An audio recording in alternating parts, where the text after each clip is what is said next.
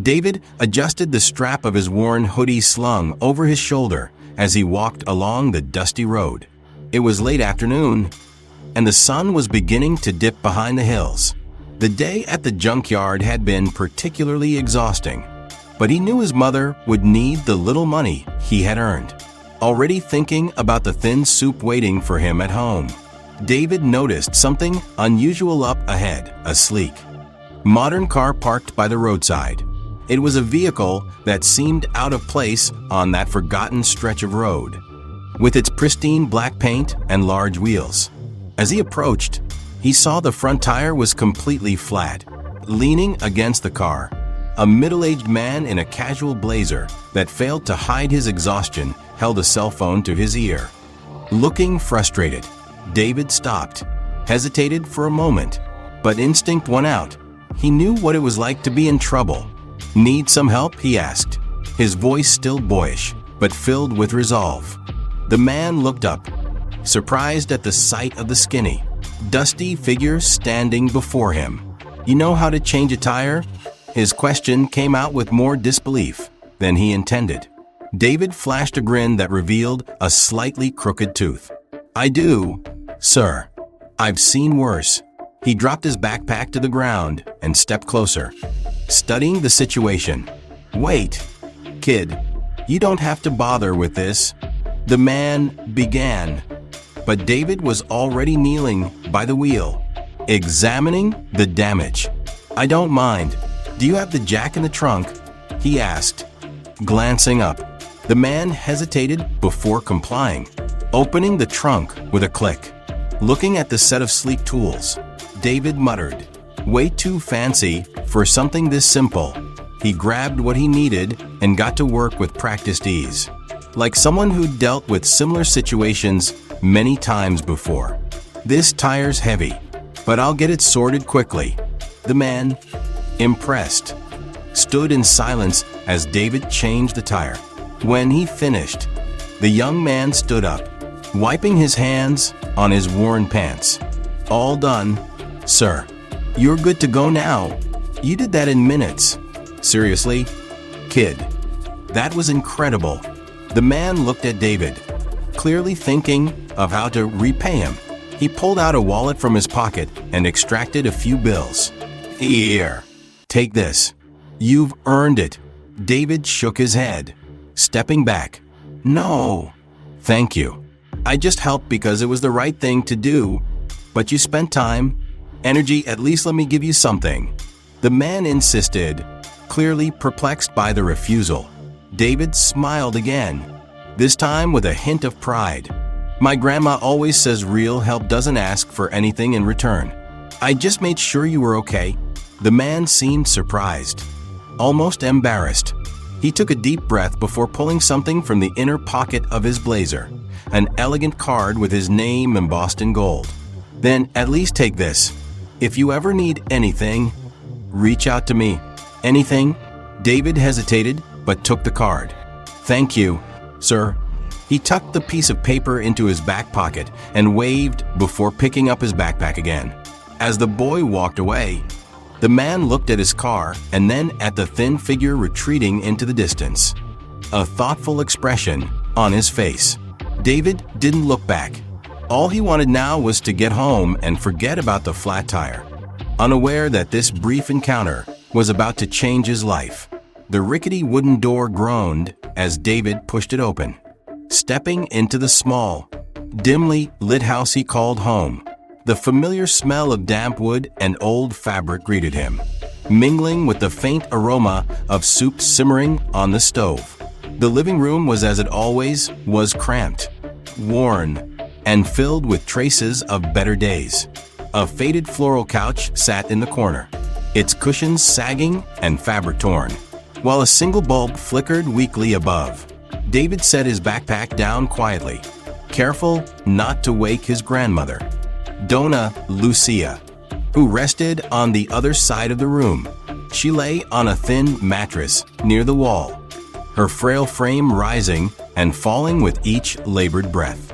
A harsh cough suddenly erupted from her chest, making David wince. He hurried to her side, kneeling down, "Whoa, you okay?" he asked softly. Dona Lucia's eyes fluttered open, cloudy and tired. She forced a smile. "I'm fine, my dear, just this old body of mine." Her voice was raspy, but her tone carried warmth. "Rest. Vio, I'll get you some water," he whispered.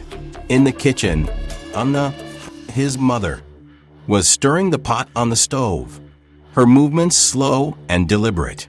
She looked up when she heard David enter.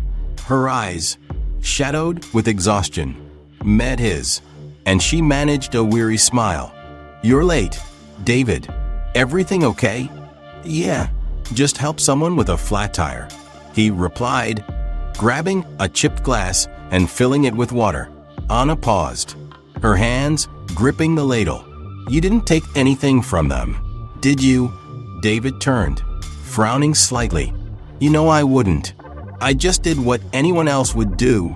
Anna let out a breath and nodded. "Good. We don't need people thinking we're looking for handouts." She turned back to the stove, her shoulders slumping slightly.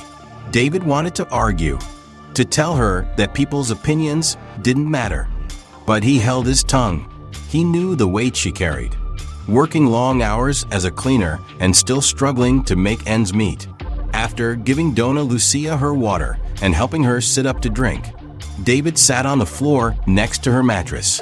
The small clock on the wall ticked loudly in the silence. He rested his head against the peeling wall, staring at the ceiling where water stains formed uneven patterns. The sound of rain began to patter against the roof, a reminder of the leaks they had yet to fix. His eyes drifted shut for a moment, and memories began to creep into his mind. Memories he had tried to bury. 5 years ago, the house had been livelier, filled with laughter and noise. His father, Paolo, had been the heart of their family, always cracking jokes even during the toughest days. Paolo worked as a delivery driver, navigating the dangerous streets of their neighborhood to put food on the table. David had idolized him, following him everywhere, always eager to help load packages into the truck. But one evening, everything changed. David had been waiting by the window, watching for his father's return. When a neighbor came running to their door, his heart sank. There was a shooting, the man said breathlessly. Paolo, he was in the wrong place at the wrong time. David remembered his mother's scream, the way she crumpled to the floor as if her legs had been taken from her. He remembered running down the street, hoping it was a mistake, but it wasn't. His father's lifeless body lay on the pavement, surrounded by flashing red and blue lights. At just 10 years old, David's world had shattered. From that day on, he had felt an unshakable weight on his small shoulders. He had promised himself that he would protect his family, that he would step into the role his father had left behind. The memory pulled David back to the present, and he opened his eyes to find his grandmother watching him. "What are you thinking about, my son?" she asked, her voice gentle despite her condition. "Nothing important, V.O." He replied quickly, forcing a smile. But it wasn't nothing. As he sat there, he felt the weight of the card in his back pocket. Pulling it out, he turned it over in his hand. The name embossed on it, Elon Musk, meant nothing to him. He had no idea who the man was, but the card felt heavy, almost symbolic, as if it carried more than just contact information. For a fleeting moment, David thought about showing it to his mother, about telling her what had happened on the road. But then he looked at her, hunched over the stove, stirring the soup that would barely fill 3 bowls. He saw the lines etched into her face, lines of worry, of exhaustion, of fighting battles she rarely spoke about. "I don't have time to dream," he muttered under his breath, shoving the card into the bottom drawer of a small cabinet. The act felt final, like closing the lid on something he wasn't ready to face. The rain outside grew heavier, dripping through the leaks in the ceiling and landing in the pots they had strategically placed. David glanced at the pots, then at his mother and grandmother. He clenched his fists. He had survived the past 5 years by focusing on what he could control, by working hard, by pushing forward. And that's what he would continue to do. But deep down, a small voice whispered, "What if that card is your chance?" The morning sun rose sluggishly over the neighborhood, casting long shadows across the uneven dirt road that snaked through David's community. Roosters crowed sporadically, their calls mingling with the hum of life in the small, struggling area. Children darted between houses, their laughter brightening the air, while the occasional engine groaned as neighbors tried to coax old vehicles to life. David was up early.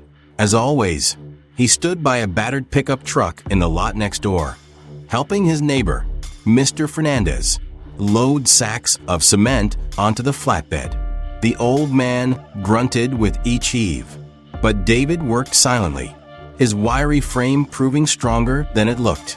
"You're a good kid, David," Mr. Fernandez said, straightening with a groan. "Don't know how your family would get by without you." David shrugged, wiping sweat from his brow with the back of his hand. "Just doing what I can. Somebody's got to keep things moving." The sound of an approaching engine made them both pause. It wasn't the usual sputtering of a neighborhood car. This engine was smooth, powerful, and unfamiliar. David turned, shading his eyes against the sunlight, and saw it, a sleek black SUV rolling into the narrow dirt road. The vehicle gleamed, its polished surface reflecting the patchwork of rusting fences and makeshift homes. It didn't belong here. Heads turned as it passed, curious eyes tracking its every move. David felt his stomach tighten.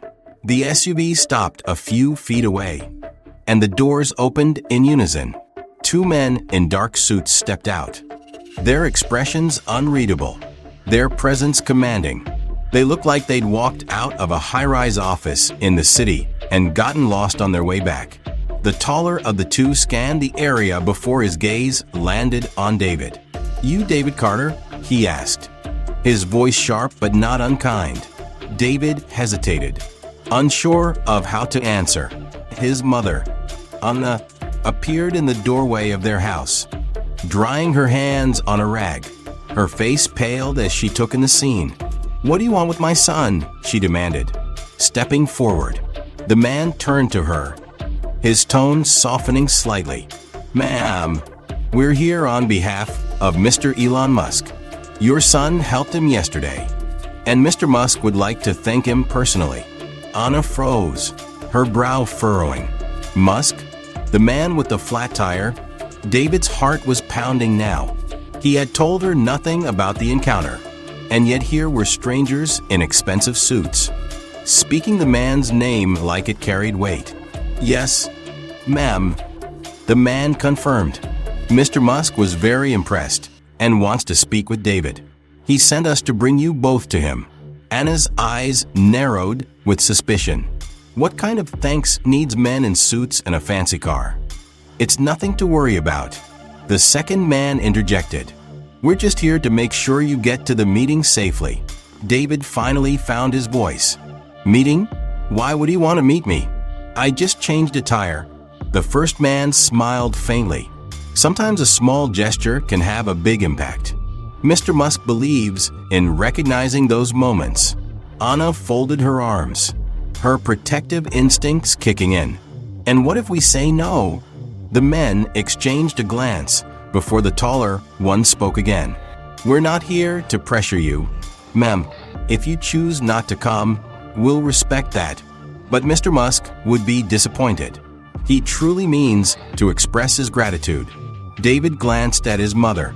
She was tense, her lips pressed into a thin line.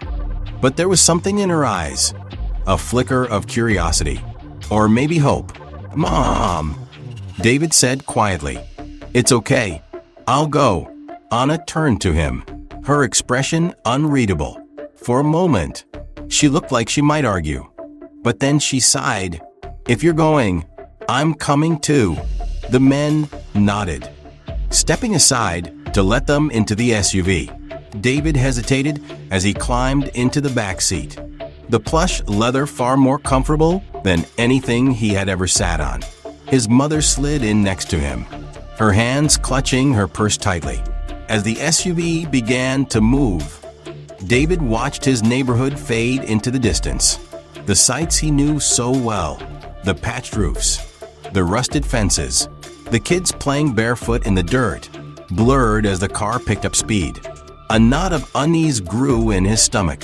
"Where are we going?" he asked, breaking the silence. "To meet Mr. Musk." One of the men replied from the front. "He's waiting at a private location nearby." David exchanged a glance with his mother, whose jaw was set in a firm line. She didn't trust these men, and neither did he. But curiosity had a way of overpowering caution, and David couldn't deny the strange thrill of it all. The drive felt longer than it was. The city skyline soon came into view, glittering against the clear blue sky. The SUV pulled into a gated estate surrounded by high walls and thick greenery. As the gates swung open, David's mouth fell open.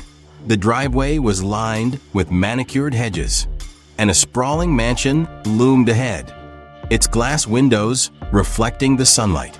"This can't be real," he muttered under his breath. The SUV stopped in front of the entrance, where another man in a tailored suit greeted them. "Mr. Musk is inside. Please follow me." David climbed out of the car, his legs feeling unsteady. His mother stayed close, her hand resting protectively on his shoulder. As they stepped into the mansion, David couldn't help but glance around at the marble floors, the high ceilings, and the art pieces that probably cost more than his entire neighborhood. The guide led them into a grand sitting room where Elon Musk himself stood, casually dressed, yet exuding the same commanding presence as his estate. He turned, smiling warmly when he saw them. "David, Anna, I'm so glad you came." David blinked, still trying to process it all. This doesn't make sense," he stammered. Elon chuckled. "Sometimes, things don't have to make sense right away. Let's talk." And just like that, David's world shifted again. David sat stiffly on the edge of an expensive leather couch in Elon Musk's sitting room. The sheer opulence of the place made him feel out of place. Every surface gleamed. Every detail seemed impossibly perfect, and every inch of the room whispered wealth. His mother, Anna, was seated beside him, her posture rigid as she clutched her purse tightly, her knuckles white. Across from them, Elon Musk sat in a relaxed pose, one ankle resting casually over his knee. Despite his informal posture, his sharp eyes studied David carefully, as though trying to unravel the boy's secrets. "I want to thank you again, David," Elon began, his voice calm but purposeful. "What you did for me on the side of that road might have been a small thing to you, but to me, it showed something rare: decency, initiative, resourcefulness. These are qualities that matter." David shifted uncomfortably in his seat. "I just changed a tire, sir. It wasn't a big deal." Elon's lips twitched into a smile. "It might not seem like much to you, but let me tell you something I've learned over the years. The smallest actions can have the biggest ripple effects. That's why I wanted to meet you." Anna cleared her throat, her voice cautious. "Mr. Musk, I appreciate your gratitude, but why are we here? My son's just a boy. He doesn't need, well, all this." She gestured vaguely at the grandeur around her. Elon leaned forward, his expression softening. "Mrs. Carter, I respect that you're protective of your son, but I've done a bit of research since we met yesterday." Anna stiffened. "Research?" Elon nodded. "Yes. I wanted to know more about the young man who didn't think twice before helping a stranger, and I found out a lot. I know about your husband, Paolo. I know the weight you've carried since his passing, and I know David has been working hard to support you and your mother, all while trying to stay in school." Anna's face hardened. her defenses rising. I don't see what that has to do with anything. We've managed just fine without anyone poking into our business. David's face flushed with a mix of embarrassment and anger. Why are you digging into my life? I didn't ask for that. Elon raised his hands in a calming gesture. You're right, and I apologize if it feels intrusive, but I didn't do it out of idle curiosity. I did it because I believe you deserve better. David frowned, unsure how to respond.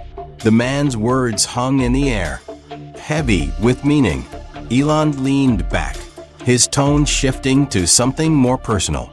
I see a lot of myself in you, David. When I was young, I worked hard to help my family too. I took jobs that others thought were beneath them, just to make ends meet. And like you, I didn't have much, but I had determination. That's why I'm offering you something that I didn't have back then, a chance to build something better for yourself and your family. David's heart began to race. What do you mean? Elon's smile widened slightly. I'm offering you a scholarship, David, a full ride to one of the best schools in the country. You'll get a proper education, the tools you need to build a future. And that's not all. I'll also set up a fund to help your family with expenses. Your mother won't have to work herself to exhaustion anymore, and your grandmother can get the care she needs. The room fell silent. David stared at Elon, trying to process the magnitude of what he had just heard. Anna's hand tightened around her purse. Her lips pressed together in disbelief. Finally, David broke the silence. Why me? He asked, his voice barely above a whisper. There are so many people out there who have it worse than us. Why would you do this for me? Elon's gaze softened, and for the first time, his voice carried a trace of vulnerability.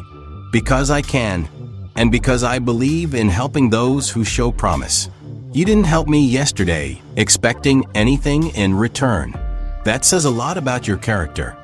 David, I think you're someone who could do great things. Given the chance. David's head spun. It all felt too big, too sudden. He glanced at his mother, who was staring at the floor, her face unreadable. Finally, she looked up, her voice trembling. This sounds incredible, Anna said slowly. But people like us don't get offers like this for no reason. What's the catch? There's no catch. Elon assured her. No strings attached. I'm not asking for anything in return. I just want to see David succeed.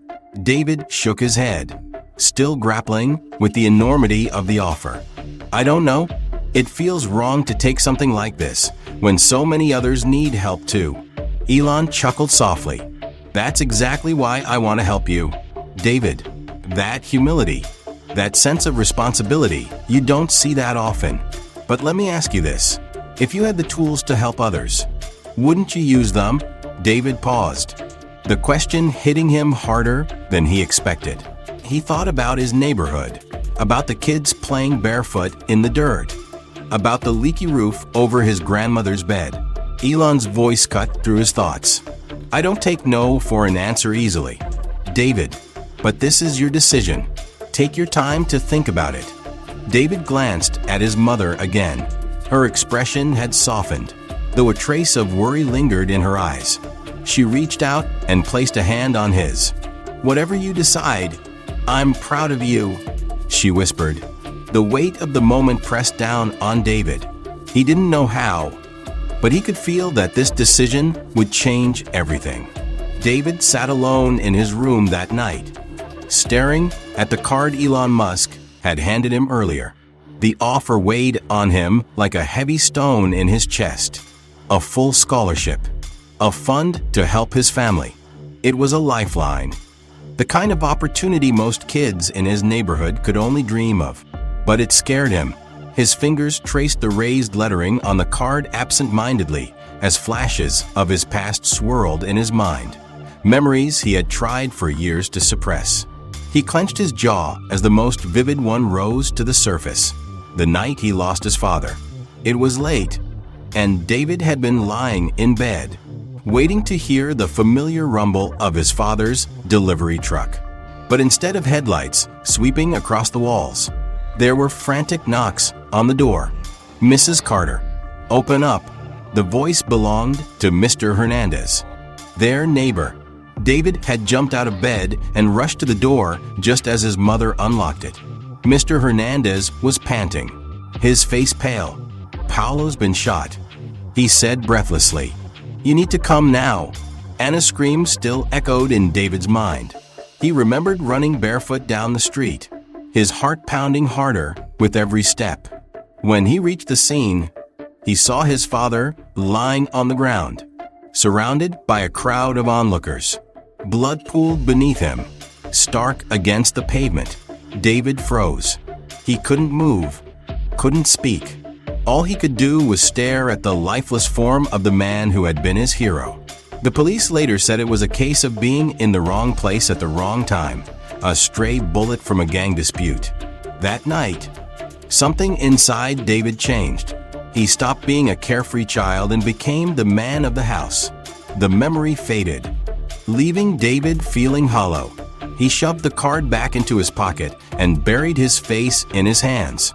"What if I fail?" he whispered to himself. "What if I leave and everything falls apart?" A soft knock on the door pulled him from his thoughts. It creaked open, and his mother stepped inside, her face lined with worry. "Can I sit?" she asked gently. David nodded, and Anna perched on the edge of the bed.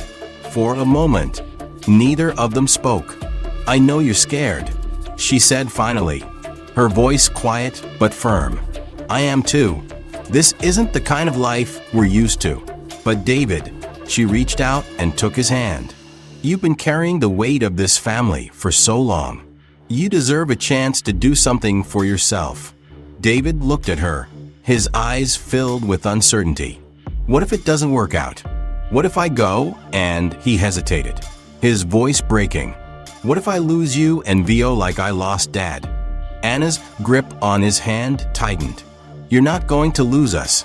And your father, he wouldn't want you to stop living because of what happened to him. He would want you to take this chance." David swallowed hard, blinking back tears. The next morning, David sat on the steps outside their house, watching as the neighborhood came to life. Kids ran past, laughing and kicking a deflated soccer ball. A street vendor shouted about fresh tamales. A group of men argued loudly near an old pickup truck. David felt the familiar pang of love and frustration for his community. This place had shaped him, for better or worse.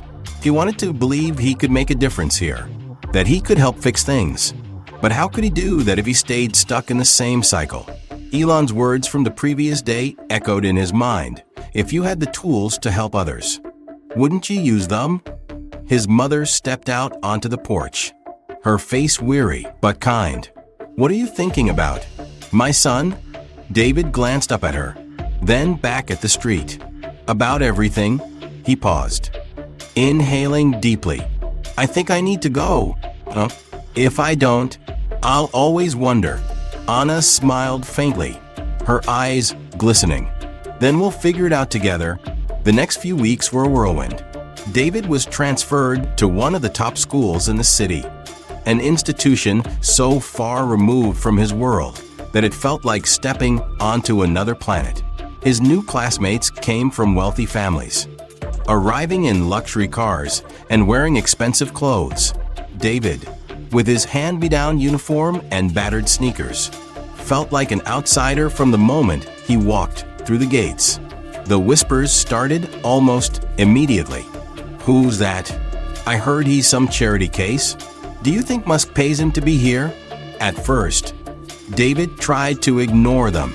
He buried himself in his books, determined to prove that he belonged. But the isolation wore on him. The other students avoided him, and when they did speak to him, it was with condescension. "Hey, Carter," one boy sneered during lunch one day. "Do you need me to buy you a sandwich? Or does Musk cover that too?" David's fists clenched under the table, but he kept his head down. refusing to give them the satisfaction of a reaction. At night, he often lay awake, staring at the ceiling of his tiny dorm room. He missed his mother's cooking, his grandmother's warm smile, the sounds of home. He thought about quitting more times than he could count. But every time, he reminded himself of why he was there: his family, his community, his father's memory. If he did it, I can too, David whispered to himself, thinking of Elon's journey. He didn't know how, but he was determined to find his place in this strange, new world. And as the days passed, David began to notice something. While many of his classmates saw him as an outsider, the teachers didn't. They saw his potential, his hunger for knowledge. One of them, a physics professor named Dr. Montgomery, pulled him aside after class one day. "David," she said, her voice kind but firm, "I've seen a lot of students come and go, but you're different. Don't let these kids get in your head. You have something they don't." "What's that?" David asked skeptically. "Resilience," she replied. "And if you keep pushing, you'll be unstoppable." Her words stayed with him, a small light in the darkness. David's fight was far from over, but for the first time in weeks, he felt a spark of hope. Maybe, just maybe, he could turn his struggles into something greater. The days at the new school turned into weeks, and though David was still treated as an outsider by his peers, he threw himself into his studies with a fierce determination. His grades began to rise, earning him the respect of his teachers and the grudging acknowledgement of a few classmates. But no matter how well he performed, he couldn't shake the pull of his old neighborhood. Every weekend, as the other students retreated to luxurious homes or spent their time at country clubs, David took the train back to the place he still called home. The scent of fried food from street vendors, the laughter of children, and the familiarity of neighbors calling out to one another always greeted him like an old friend. But the neighborhood also carried its scars. Potholes seemed deeper, the streets dirtier. Shops he remembered from his childhood were boarded up, and the strain on the faces of the people around him seemed heavier than before. He couldn't ignore it. One Saturday morning, David found himself standing in an alley behind Mrs. Ortega's small shop. She had called him over to fix her bicycle, which she used to make deliveries. The chain was rusted, and the tires were worn. But David worked patiently, talking her through the repairs. "You've always been good with your hands, David," she said, watching him tighten the chain. "Your father would be proud." David smiled faintly, not looking up. "He taught me most of what I know." When the bike was finally roadworthy, Mrs. Ortega placed a hand on his shoulder. "You're doing big things now, I hear. Studying in the city." "Right. Trying to," David said, his tone subdued. She tilted her head, concern in her eyes. "But your heart's still here, isn't it?" David hesitated, then nodded. "It's hard to see things falling apart and not do anything about it." Mrs. Ortega smiled, her face lined with years of hard work. "The world needs more young people like you, David. But remember, you can't fix everything by yourself." That conversation stayed with him as he wandered the neighborhood that afternoon. By the time he returned home, he had an idea brewing. He stayed up late, sketching out plans in a notebook he usually reserved for schoolwork. The next morning, he made his first move. At the community center, a building in dire need of repairs, David rallied a small group of neighborhood kids. They stared at him with wide, curious eyes as he explained his plan to organize weekend workshops where he would teach them how to repair bicycles and other basic skills. "Why bikes?" one of the older boys asked, leaning against a cracked wall. "Because that's what we have," David replied firmly. "And because if we can keep our bikes running, we can get to school, jobs, and anywhere else we need to go." It started small. David used his weekends to teach a handful of kids how to patch tires and replace chains. Word spread quickly, and soon, more children showed up, dragging broken bikes behind them. Parents came too, some bringing tools, others offering snacks. The workshops became a hub of activity, a rare spark of positivity in the struggling community. One Saturday, as David was finishing a session, his mother pulled him aside. Her face was a mix of pride and worry. "You're doing a good thing here," she said, glancing at the group of children laughing and riding their newly fixed bikes. But what?" David asked, sensing the weight in her tone. Anna sighed. "Your grades are slipping. David, your teachers called. They're worried you might lose the scholarship." David froze. The thought of losing everything he had worked for filled him with dread. "I'll catch up," he said quickly. "I just need more time." Anna shook her head. "You can't do everything. My son, you're already carrying so much." David looked at the children riding in the dirt lot, their laughter ringing out. He thought about the community that depended on him, about the people who saw him as a symbol of hope. How could he let them down? As the weeks passed, the pressure mounted. Between school, the workshops, and helping at home, David barely had time to sleep. He began arriving late to classes, his homework often unfinished. The teachers who had once praised his determination now looked at him with concern. "David, you need to focus," Dr. Montgomery told him after class one day. "I know you're trying to juggle a lot, but if you lose this scholarship, it'll be much harder to reach your goals." David nodded, but the weight of her words only deepened his internal struggle. Then came the worst blow. One evening, as David returned home from the train station, he found his grandmother, Donna Lucia, in bed, her breathing shallow and her skin pale. She had been struggling for months, but this was different. Anna sat by her side, tears in her eyes. "She's not getting better. David, we need to take her to the hospital." "But we can't afford it." David felt a sharp pang of guilt. He had been so focused on his studies and the community that he hadn't noticed how much his grandmother's condition had worsened. He sat by Donna Lucia's bed, taking her frail hand in his. She opened her eyes slowly, a faint smile crossing her lips. "Don't look so sad, my dear," she murmured. "You're doing good things." David's throat tightened. "I'm supposed to be here for you. V.O. for Mom. I don't know if I'm doing the right thing anymore." Her hand squeezed his weakly. "You are, but sometimes you have to let go of some things to hold on to what matters most." That night, David sat awake, staring at his notebook. The words and diagrams blurred together as tears filled his eyes. How could he choose? His family needed him. His community depended on him. And his future was hanging by a thread. When the sun rose, David made a decision.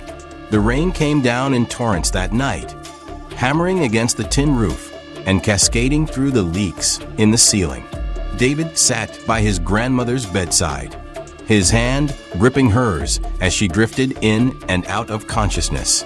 Her breaths were shallow, and her skin felt cold despite the blankets covering her frail body. Anna sat on the other side of the bed, her face drawn with exhaustion and sorrow.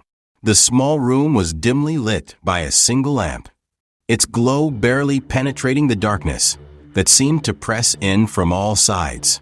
"David," Donna Lucia whispered, her voice barely audible. "I'm here." "V.O.," David said, leaning closer. She opened her eyes, clouded and distant, and gave him the faintest smile.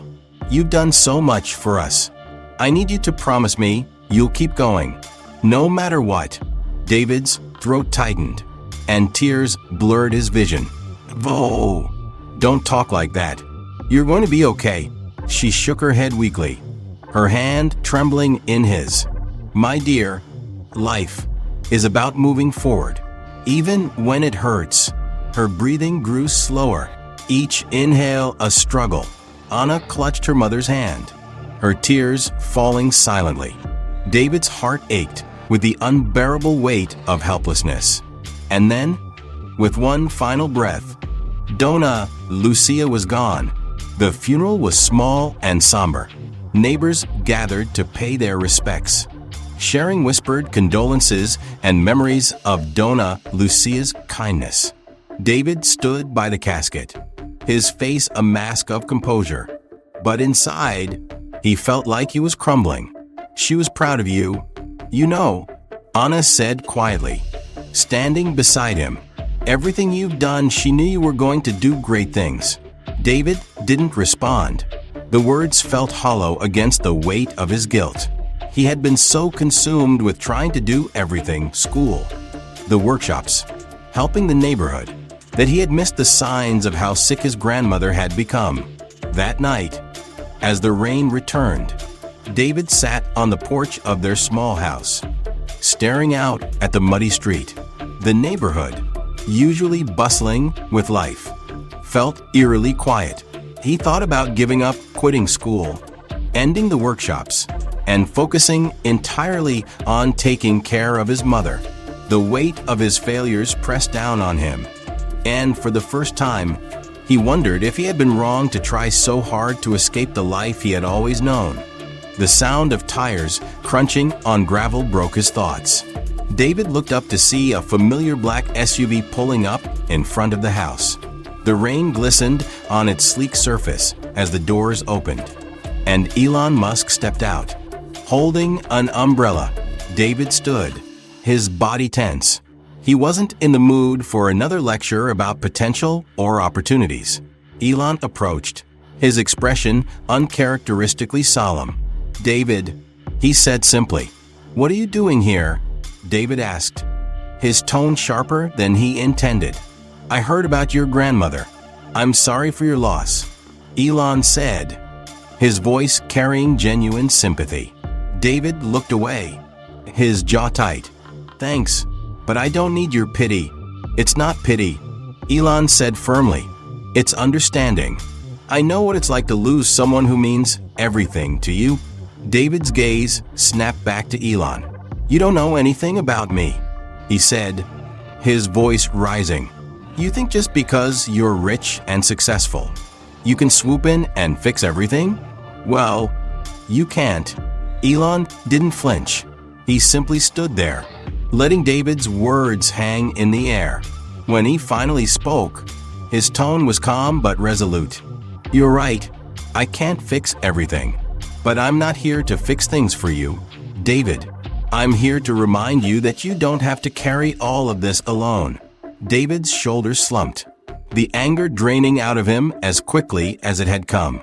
He sank back onto the porch steps, his head in his hands. "I don't know what to do anymore," he admitted, his voice breaking. "I've tried so hard, but it's never enough. I couldn't even save her." Elon sat down beside him, unbothered by the rain. "David, sometimes the people we love most leave us no matter how hard we fight. It's not your fault. What matters is what you do with the time you still have." David looked up at him, searching his face for a sign of insincerity, but finding none. Elon reached into his pocket and pulled out an envelope. "I came here because I wanted to offer you something that could help you find your way forward." David hesitated before taking the envelope. Inside was a letter and an official-looking document. His eyes scanned the words, his heart pounding as their meaning became clear. "It's an internship," Elon explained, "at Tesla. You'll work with some of the best minds in the world on a project to develop affordable, clean energy solutions. It's not just about building a career, David. It's about making a real difference." David stared at the letter, the weight of its implications sinking in. "Why me?" he asked finally. "Because you remind me of who I was when I was your age," Elon said, hungry to change the world, but unsure how to start. "You've already shown you have the drive and the heart. All you need now are the tools. David's hand tightened around the letter as he looked out at the rain-soaked street. He thought of his grandmother's final words, of the kids in the neighborhood, of his mother's tired smile. He didn't know if he was ready, but maybe he didn't have to be. "I'll do it," David said, his voice steady despite the turmoil inside him. Elon smiled. "Good. I think you're going to surprise even yourself." As the SUV disappeared into the night, David felt something he hadn't felt in a long time, a spark of hope. Years passed, but the memory of that night remained etched in David's mind, the rain hammering against the roof, Elon Musk's quiet determination, and the decision that had changed everything. David stood in the middle of his old neighborhood now, but it looked nothing like the place he had left behind. The cracked roads were paved, and streetlights lined the sidewalks. Houses that once leaned precariously against time were freshly painted, and children played in a clean, open park that glimmered with new energy. But the most striking change wasn't the cosmetic improvements. It was the sense of life and hope that had returned to the community. After accepting the internship at Tesla, David had thrown himself into the work with the same grit and determination that had carried him through his toughest days. At first, he had struggled to adjust. The lab was a maze of innovation, filled with engineers and researchers who spoke in technical jargon that left him feeling lost. But David was a fast learner, and more importantly, he was relentless. He absorbed every detail, asked questions others were too shy to ask, and spent long nights poring over blueprints and data. The work wasn't just a job for him, it was a mission. His father's memory, his grandmother's wisdom, and the struggles of his community were always at the forefront of his mind. It was during one of those long nights that inspiration struck. David had been studying ways to make solar panels more affordable when he realized that the technology needed to adapt to the people it was meant to help.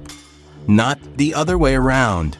He proposed a system of modular panels that could be easily installed and expanded, designed specifically for underserved communities like the one he had grown up in. At first, the idea was met with skepticism. It was ambitious, risky, but Elon, who had been quietly observing David's progress, gave him the green light. Sometimes the best ideas come from the people who understand the problem firsthand. He had said, the project, named Bright Horizons, became a turning point not just for David, but for Tesla itself. Within 2 years, the modular solar panels were rolled out in low-income neighborhoods across the country. David worked tirelessly, not just on the technical aspects, but on connecting with the people who would use the technology. He visited towns and communities, explaining how the panels worked and listening to their needs. When the first panels were installed in his old neighborhood, David stood among his neighbors, watching as the lights flickered on for the first time. The cheers and laughter filled the air. And for the first time in years, David felt a profound sense of fulfillment. Now, years later, David had become a leader in sustainable energy. But despite his success, he never forgot where he came from. He returned to his community often, working on projects that extended beyond technology, mentorship programs for young kids, scholarships for promising students, and even neighborhood cleanup initiatives. "David, over here," a young boy's voice called out, snapping him out of his thoughts. David turned and saw a group of children waving at him from the playground. He smiled and walked over, crouching down to meet them at eye level. "Hey, Mr. Carter, is it true you used to live here?" one of the boys asked, his eyes wide with curiosity. David chuckled. "I did, right over there."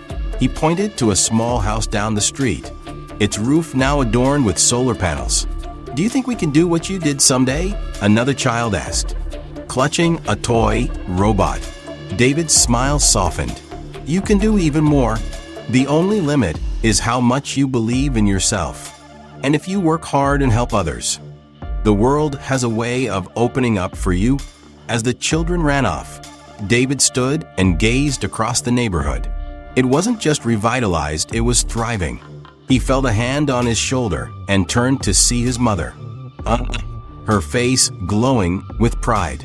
"You did it," she said simply, her voice thick with emotion. David shook his head. "We did it." "You, Dad, everyone who believed in me when I didn't believe in myself."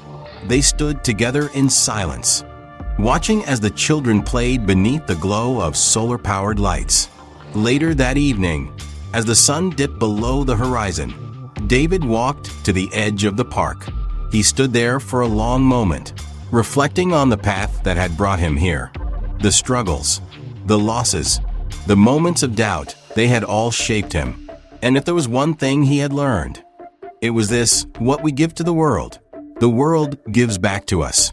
And sometimes, all it takes is one act of kindness to spark a future brighter than we ever imagined. David turned and walked away, the lights of his neighborhood shining brightly behind him. Let me know what you think of the conclusion.